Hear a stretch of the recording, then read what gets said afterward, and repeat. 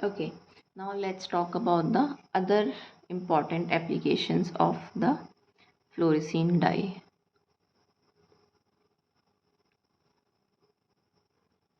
Okay, so which are, it stains the ocular surface defect like any epithelial defect. What else it do? Anterior segment angiography, aqueous humor production and outflow, and in light microscopy it localizes the tissue constituents using the fluorescein, which is bound to specific immunoglobulin. This fluorescein dye, sodium fluorescein dye, is bound to specific immunoglobulin. It goes and binds to the tissue constituents and it is easily seen in light microscopy, right? Now let's talk about the indocyanine green, ICG. Indocyanine green, this is also fluorescent substance. क्या absorb करता है? 805 nanometer it absorbs and it emits 835 nanometers and only 4% is emitted. Okay, what happens is that RPE, the retinal pigment epithelium, it does not absorb. The retinal pigment epithelium does not absorb these wavelengths. So the choroidal circulation, very important, the choroidal circulation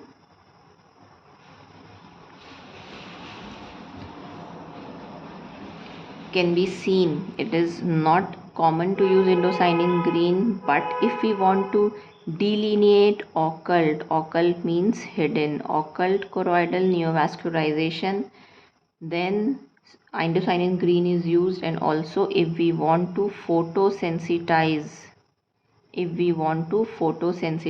vascular lesions for diode laser photocoagulation, then we can use the indocyanine green dye. Okay, now let's talk about the wave theory of light.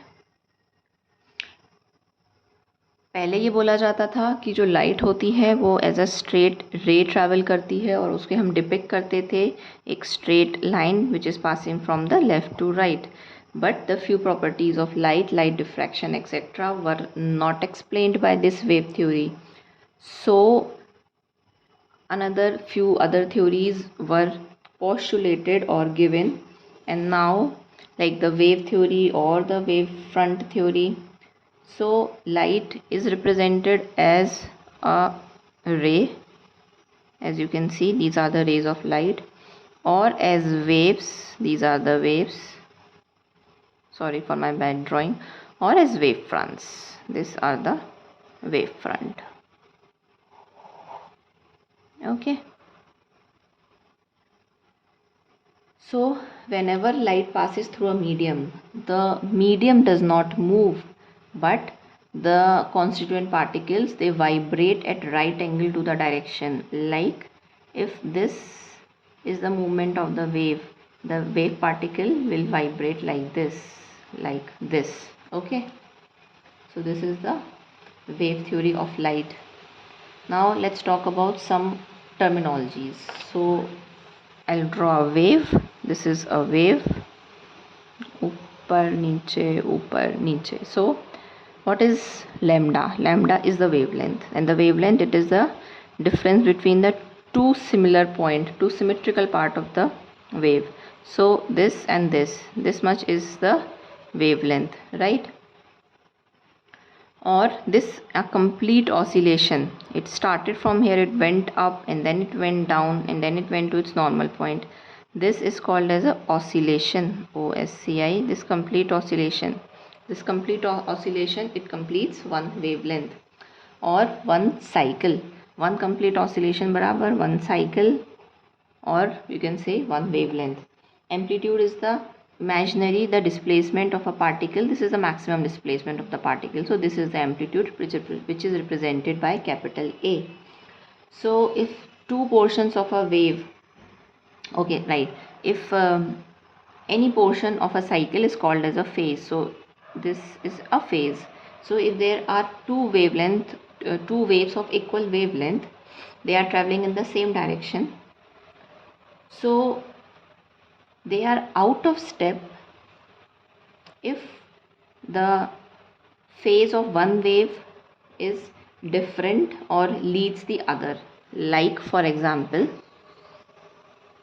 this is one wave, this is second wave, starting from here goes like this. This wave,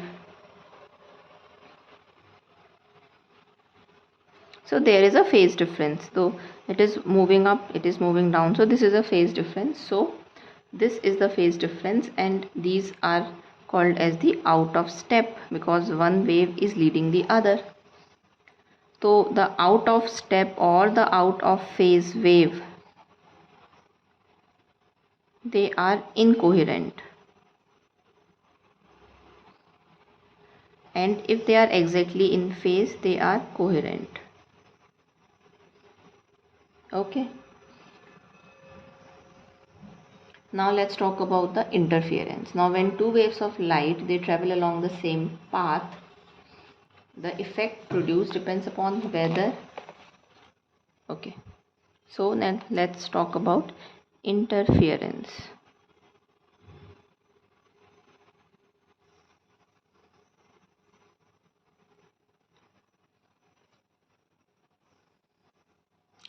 सो मान लो दो wave हैं, वो travel कर रही हैं,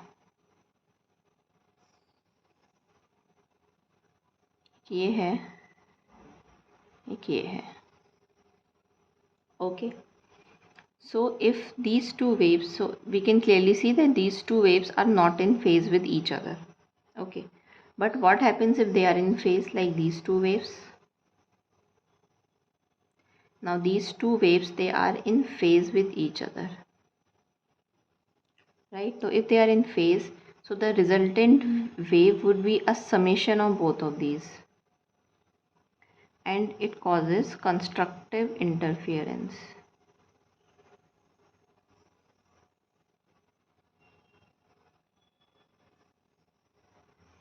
Now if two waves of equal amplitude, they are out of phase, like these two waves, what they will do is destructive interference.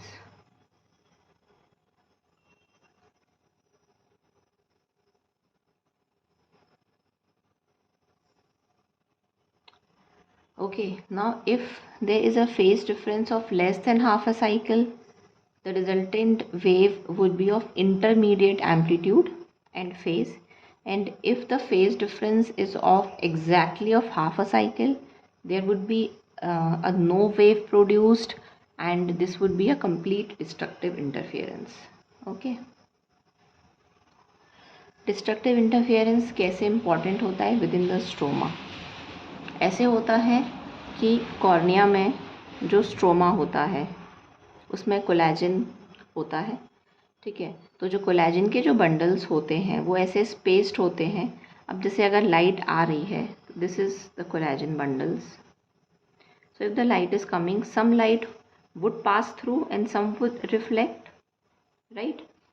So the light which is reflected, it undergoes destructive interference. Okay, or any light which is reflected or any light which is deviated, it undergoes destructive interference within the stroma of the cornea, and so there is no glare or halos. Now interference phenomena is not only utilized in cornea, it is also utilized in the optical instruments. Optical instruments, ये कैसे होता है? जो lens के जो surface होती हैं उसमें हम लोग लो रिफ्लेक्शन कोटिंग लगा देते हैं, ठीक है. ये जो कोटिंग होती है वो इतने ट्रांसपेरेंट मटेरियल की होती है कि जो लाइट होती है जो कि सुपरफिशियल सरफेस से रिफ्लेक्ट होगी, और जो लाइट इस कोटिंग के ऊपर से, जैसे ये कोटिंग है तो ये जो इस कोटिंग के ऊपर से रिफ्लेक्ट होगी, they both will undergo destructive interference.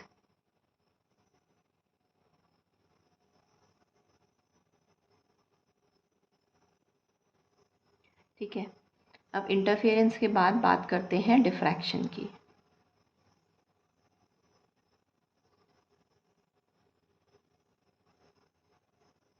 Diffraction क्या होता है? जब भी कोई एक वेव फ्रंट एक नैरो ओपनिंग या फिर कोई एक उसको एक नैरो ओपनिंग मिलती है, लाइट ऐसे जा रही है, ठीक है, ऐसे ऐसे ऐसे जा रही है, लेकिन जब वो इससे पास होगी तो एक सेकेंडरी वेव फ्रंट इमर्ज करेगा। प्राइमरी तो चलता ही रहेगा, लेकिन एक सेकेंडरी वेव फ्रंट भी इमर्ज करेगा।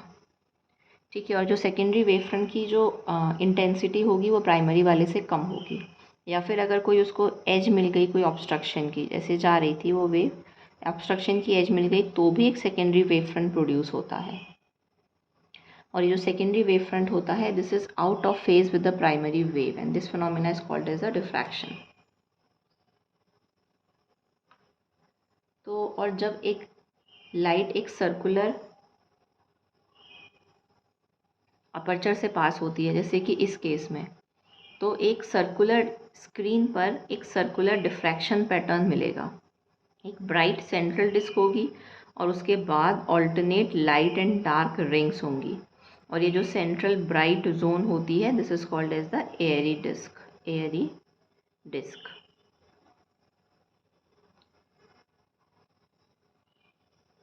डिफ्रैक्शन सबसे ज़्यादा होता है स्मॉल अपर्चर्स में, इसलिए जब हमारा प्यूपिल छोटा होता है तो जो मेन सोर्स है of image imperfection, that is diffraction. लेकिन जब प्यूपिल बड़ी हो जाती है तो जो बाकी एब्रेशंस होते हैं, जैसे कि स्फेरिकल और क्रोमेटिक एब्रेशंस, तो वो बढ़ जाते हैं।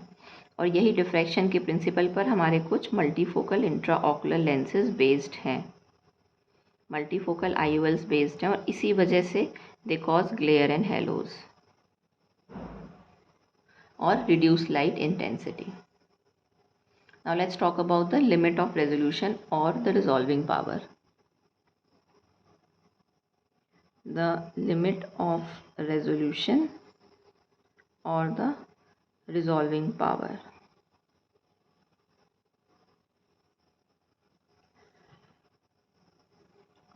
दो पॉइंट्स के बीच में कितना स्मॉलेस्ट, जैसे ये दो पॉइंट हैं, ये इनका एंगल ऑफ सेपरेशन है, इनका एंगल ऑफ सेपरेशन बड़ा है। अगर ये ए है और ये बी है तो angle B is greater than angle A. तो कितना स्मॉलेस्ट एंगल ऑफ सेपरेशन होना चाहिए between two points so that they can be identified as two separate images. तो लिमिट ऑफ रेजोल्यूशन तब होता है जब जो एयरी डिस्क होती हैं, कोई भी दो पॉइंट जो एयरी डिस्क प्रोड्यूस करते हैं, वो इतना सेपरेट हो कि एक का सेंटर दूसरे की फर्स्ट डार्क रिंग पे फॉल करे। जैसे कि ये इसका जो सेंटर है वो दूसरे की, जैसे ये है, इसका सेंटर है, ये इसका सेंटर है, ए और बी, तो जो इसका सेंटर है इसकी एक डार्क रिंग बनेगी, फर्स्ट डार्क रिंग। ये बी की फर्स्ट डार्क रिंग है।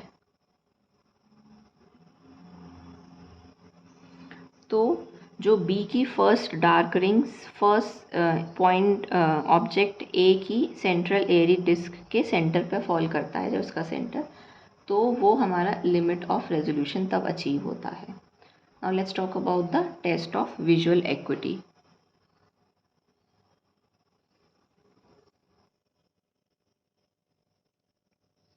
Okay, now let's talk about the test of visual acuity. So we'll start from the babies. The important rule is the baby should be examined when they are alert and not hungry. The fixation should be CSM, that is the central steady and maintained. Best target should be a face, face especially of the mother, or a toy or a television cartoon. If there is a strong preference for one eye, and how it is indicated, it is indicated by an aversive response to occlusion of that eye. Now if there are two eyes, right, this is the better seeing eye, and if we occlude this eye, there is a strong aversive response. Or if there is squint or nystagmus or roving gaze and eye poking, they all suggest poor visual acuity, right? Now between 2 to 5 months of age,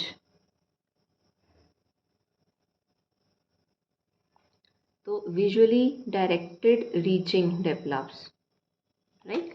The visually, like if we give a red color object to the toy, red color object to the child, so if we show a red color object to the child, there will be, the child will look towards the object. Okay, now when the vision is poor, the movements are exploratory nature. Exploratory nature मतलब बच्चा ढूंढता है कि वो क्या देखना चाह रहा है, मतलब उसको समझ में नहीं आता। ओके। और कैसे कर सकते हैं, जब बेबी खेल रहे हैं तब हम लोग उनको देख सकते हैं कि उनका विज़न कितना है। अगर एक 15 महीने से ऊपर का बच्चा एक टाइनी कलर्ड, छोटी छोटी कलर्ड स्वीट्स होती हैं, हंड्रेड्स एंड थाउजेंड स्वीट्स, ठीक है, वो छोटी छोटी कलर्ड होती हैं, अगर उसमें से वो उसको एक उठा ले रहा होता है तो मतलब विजुअल एक्टिविटी 624 और better, and there is no serious defect. लेकिन good visual activity presence high myopia में भी हो सकती है। ओके। उसके अलावा एक कैटफोर्ट ड्रम होता है।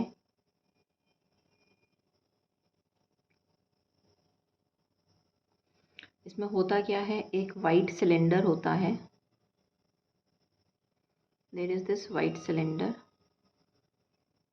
इसमें ब्लैक डॉट्स होते हैं ऑफ इंक्रीजिंग साइज, और ये विजुअल एक्टिविटी 6x6 से 2x60 होते हैं, and it is viewed at a distance of 60 centimetres.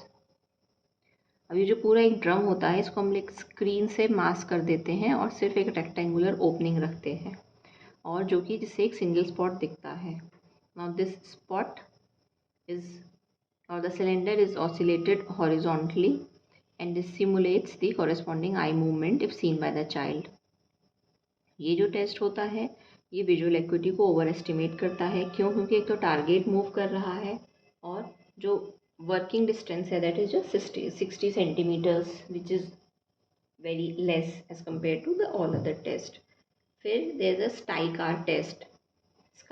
STICAR test is STYCAR. This test is the screening test for young children and adult. Okay. इसमें क्या होती है, white polystyrene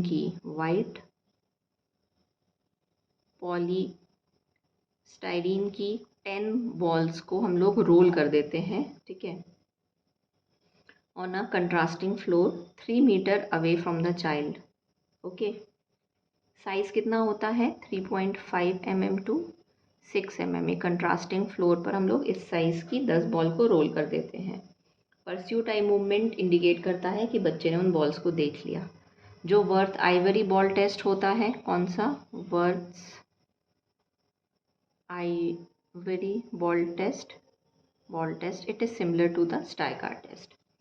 बाकी क्या methods होते हैं, एक प्री वर्बल चिल्ड्रन में प्रेफरेंशियल लुकिंग होती है in the measurement of the visual evoke potential.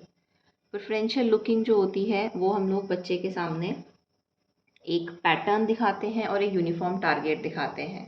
तो what we expect the result is कि जो बच्चा है वो जो पैटर्न है उसको देखेगा। फिर एक ब्लैक और white square wave grating. Pattern में क्या होता है कि या तो ब्लैक और वाइट स्क्वायर वेव ग्रेटिंग होती है जिसमें कि ऑल्टरनेटिंग ब्लैक और वाइट स्ट्राइप्स होते हैं, और एक प्लेन टारगेट होता है। तो this is a plain target, so the child will prefer to see this. So this is the preferential looking test. फिर विजुअल इवोक पोटेंशियल होते हैं। ये क्या होता है, these are the electrical responses which are generated in the occipital cortex by the visual stimulation of the eye, which is better known as the VEP और the visual evoke potential. Stimulus कैसा हो सकता है, it can be either a black और white square wave grating या फिर एक chequerboard pattern हो सकता है। ऑप्टोटाइप क्या होता है, ऑप्टोटाइप इज़ एक सिंबल होता है, जैसे कि स्नेलिन्स में CE, these are the optotypes. These are symbol, and identification of an optotype, it corresponds to a certain level of visual acuity. All the tests, they employ the black letters, as you all know that these optotypes, they are black in color against a white, opaque or a retro illuminated background. And the requirement of each optotype test, it corresponds to the literally ability of the person. If a person can see, we can go for numbers or alphabets, and if we cannot see, we can go for the C or the E chart, right?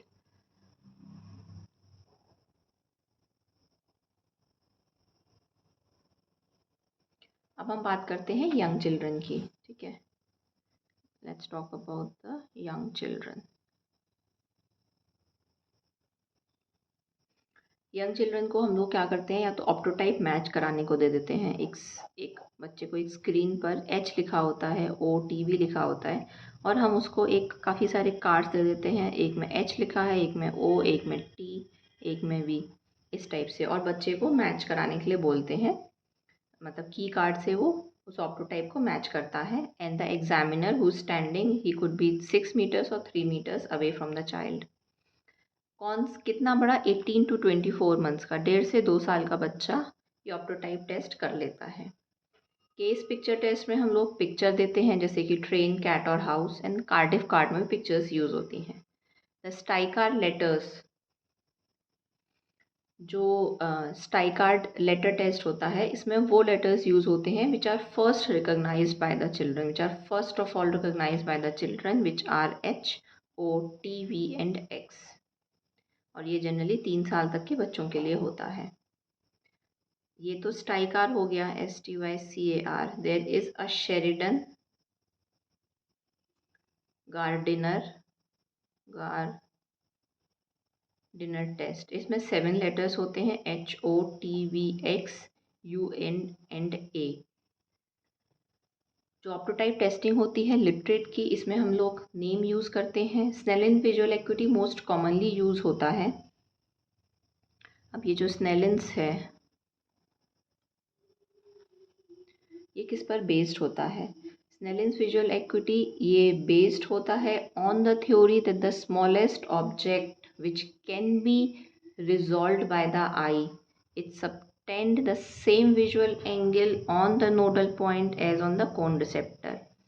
ठीक है, कि जो सबसे छोटा object जो कि हमारी आई से रिजॉल्व हो सकता है या फिर जिसे हम देख सकते हैं, वो हमारी आई के नोडल पॉइंट पर और हमारी कोन रिसेप्टर पर सेम विजुअल एंगल सबटेंड करता है, which is 1 minute of an arc. 1 minute of an arc. Okay, तो इसमें जो लेटर्स होते हैं, there is a chart and there is a row of letters of the diminishing size. So this is the letter E. This is Snellen letter. This full is 5 minutes of an arc, and this much is the half of this is 1 minute of an arc. So the patient has, since the patient has to identify the whole letter, the one letter, so the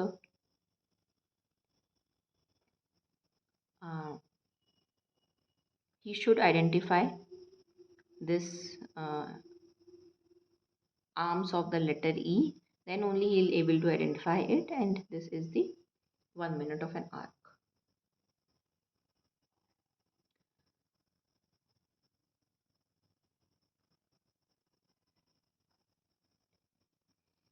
ये जो स्नेलिन्स होता है, ये mostly हम लोग 6 metre पे पढ़वाते हैं, 6 metre या फिर 20 फीट पर। अगर कोई एक इंडिविजुअल 6 मीटर्स पे खड़ा होकर जो 12 वाली लाइन है वो पढ़ रहा है, तो द विजन इज 6/12 या फिर 20/40। न्यूमरेटर, द अपर थिंग, वो इंडिकेट करता है कि व्यूइंग डिस्टेंस क्या है।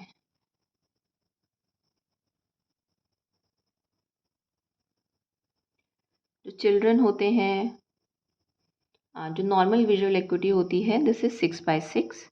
ऑल्दो जो यंग अडल्ट होते हैं, they can have a visual acuity of up to 6/4। कभी कभी 5 साल से कम के बच्चे भी ये स्नेलिन्स चार्ट पढ़ लेते हैं। और अब बात करते हैं हम लोग लॉगमार की। लॉगमार is logarithm of the minimal angle of resolution. Logarithm of minimal angle of resolution। ठीक है, जैसे कि ये जो लॉगमार चार्ट होते हैं, जैसे कि जो बेली लव चार्ट है,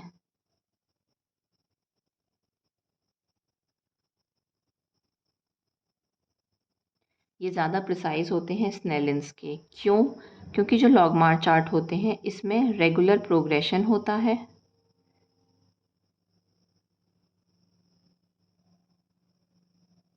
साइज़ का और स्पेसिंग का, size and spacing first thing. और दूसरा, हर लाइन में सेम नंबर ऑफ लेटर होते हैं, अगर 5 है तो सब में 5 होंगे। तो कंपेरेबल रिजल्ट जो होते हैं वो इसी से ही मिल सकते हैं। फिर हम बात करते हैं what is the vernier equity. Vernier equity, ठीक है, ये एक लाइन है, इसका is the minimal offset and this is the line. तो वर्नियर एक्विटी क्या होता है? This is the smallest offset of a line which can be detected. The smallest offset of line that can be detected is the vernier acuity. ये कैसे major होता है? Using a square wave grating, an offset of 3 to 5 seconds of arc is normally discernible or identifiable. Now this is less than the limit of Snellen's and therefore it is also called as hyperacuity. क्यों? क्योंकि Snellen's में the minimum was the 1 minute of an arc and in vernier acuity it is 3 to 5 seconds of an arc, so this is called as the hyper equity.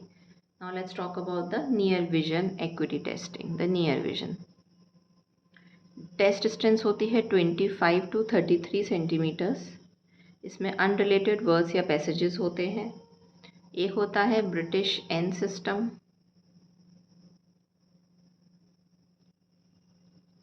जिसमें हम लोग times Roman font use करते हैं. एक होता है हमारा Jaeger text,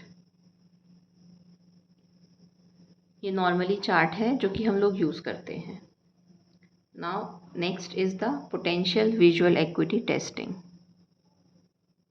the potential visual acuity testing ये बताता है कि कितना विजुअल पोटेंशियल है उस आई में जिसमें कि हम लोग मैकुला नहीं देख पा रहे हैं. जैसे कि कैटरेक्ट है, टेंस मीडिया ओपेसिटी है. अगर गुड पोटेंशियल विजुअल एक्विटी है तो this means that the cataract surgery is likely to be of benefit. और सिंपलेस्ट जो क्लिनिकल टेस्ट है that is the pinhole test.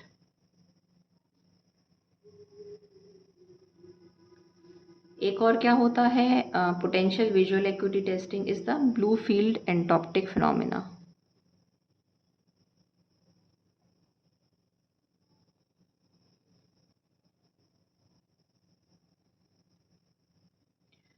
Blue field entoptic phenomena में क्या होता है? जब ब्लू लाइट हमारी रेटिना को डिफ्यूजली इल्यूमिनेट करती है तब हमें अपने विजुअल फील्ड में वाइट डॉट्स मूव करते हुए दिखते हैं. ठीक है, जब ब्लू लाइट इल्यूमिनेट कर रही है then what we see is white dots, ठीक है, which are moving in the visual field. अब ये वाइट डॉट्स होते क्या हैं? जो WBCs होते हैं हमारी पेरीफोबियल कैपिलरीज में वो लाइट को ट्रांसमिट करते हैं और यही हमें वाइट डॉट्स की तरह अपीयर करते हैं. जब ये वाइट डॉट्स या ये phenomena blue field entoptic phenomena present होता है then the macular function is grossly intact. और क्या होता है पोटेंशियल विजुअल एक्विटी टेस्टिंग? वो होते हैं हमारे इंटरफेरोमीटर्स.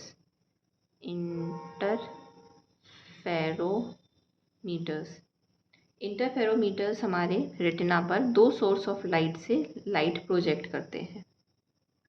जब दोनों सोर्स मीट करते हैं इंटरफेरेंस होता है और एक साइन वेव ग्रेटिंग दिखेगी if the macula is functioning.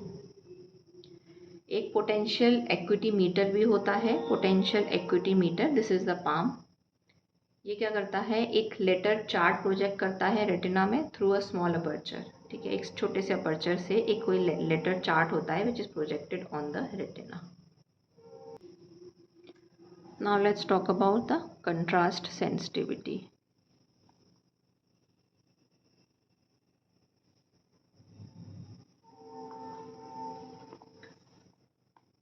जो विजुअल एक्विटी के सारे टेस्ट होते हैं they do not reflect the ability of light to see low contrast object जैसे कि faces.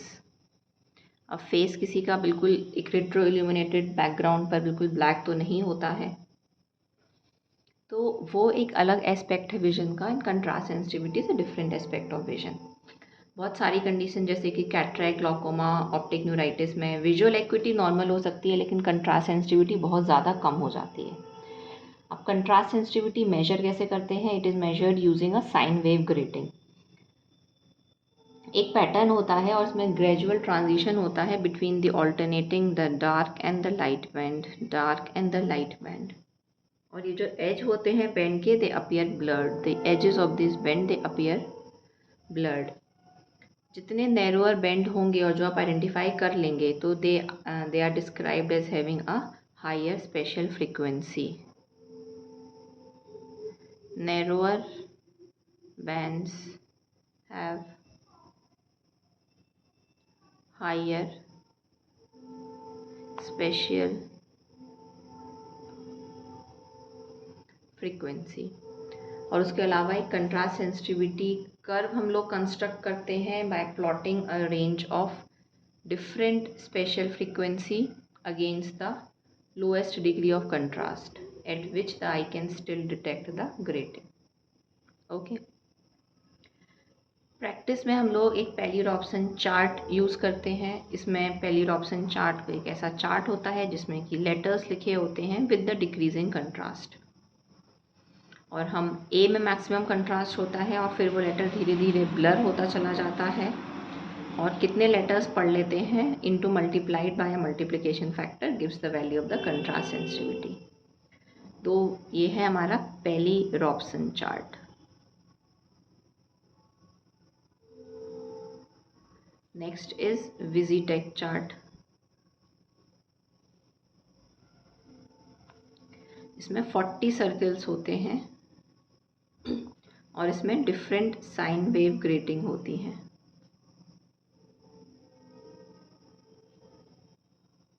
Forty circles with different sine wave grating and the level of contrast, और जो सब्जेक्ट होता है he must indicate the orientation of the circles.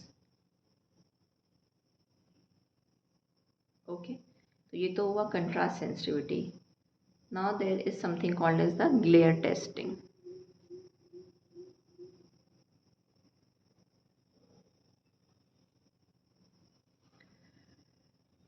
जो light जो कि किसी सरफेस से स्कैटर हो रही है and which reduces the visual function, the light which is scattered from a surface and reduces the visual function, this is called as the glare.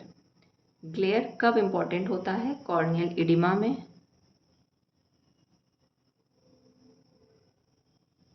scarring में, cataract में, और opacification of PCO में, posterior capsule opacification में।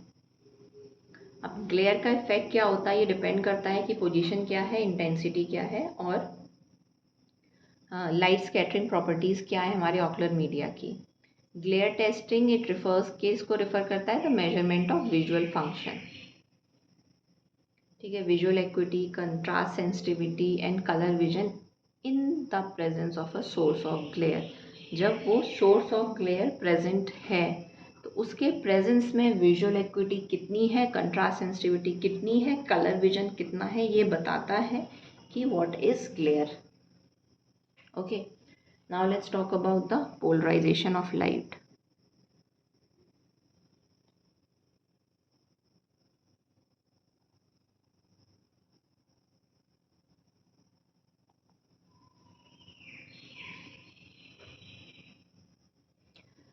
जो एक normal wave होती है उसका जो डायरेक्शन होता है वो सारे डायरेक्शन में वैसे मूव करती है, जबकि अगर एक beam of light in which the individual wave motion they are parallel to each other, so this is called as the polarised light.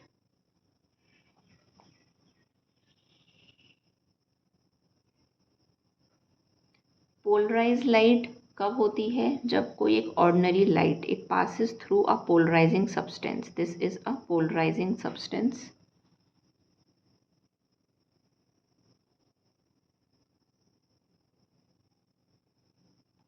या एजेंट। पोलराइजिंग सब्सटेंस क्या होते हैं? कैल्साइट क्रिस्टल्स हो सकते हैं,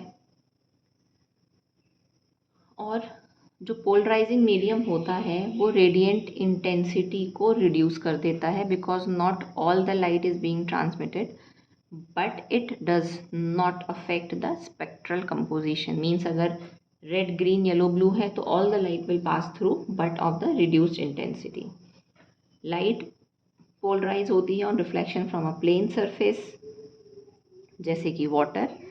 कब होगी? अगर angle of incidence is equal to the polarising angle of the substance.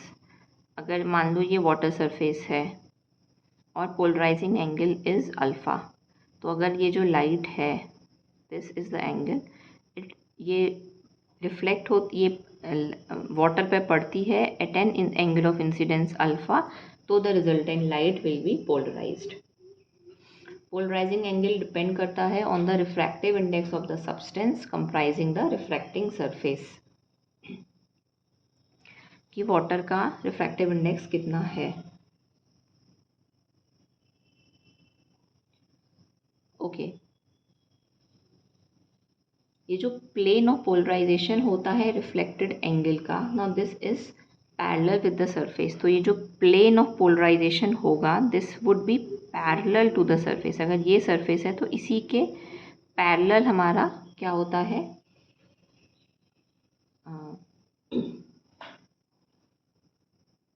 जो प्लेन ऑफ पोलराइजेशन होता है वो सरफेस से पैरेलल होता है।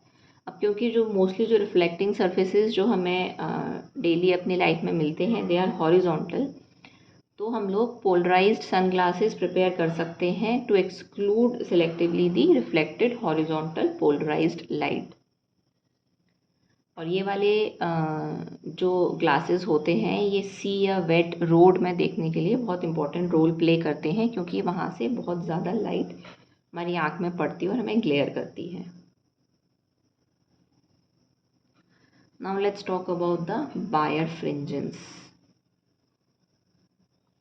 What is बायरफ्रिंजेंस?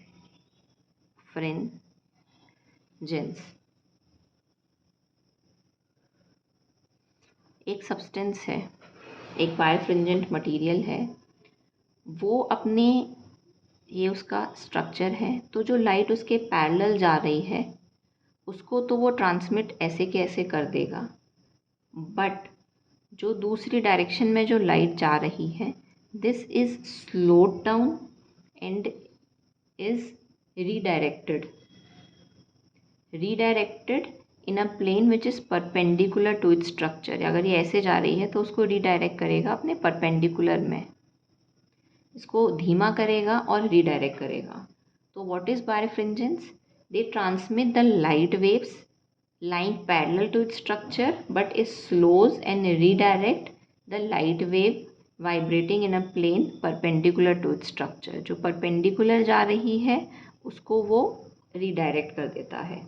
तो ये जो बायरफ्रिंजेंस की प्रॉपर्टी होती है, ये क्वार्ट्ज में होती है। अब क्योंकि ये जो इंसिडेंट अनपोलराइज लाइट को दो पोलराइज बीम में स्प्लिट कर देते हैं, तो इनमें दो रिफ्रैक्टिव इंडेक्स होते हैं। What they exactly do? They transmit the light wave lying parallel to its structure, but it slows and therefore it redirects light waves vibrating in a plane perpendicular to its structure। Structure की अगर light कोई perpendicular है तो वो उसको slow कर देता है और रीडायरेक्ट कर देता है, तो दो अलग अलग पोलराइज्ड बीम देता है, तो उसके दो रिफ्रैक्टिव इंडेक्स होते हैं।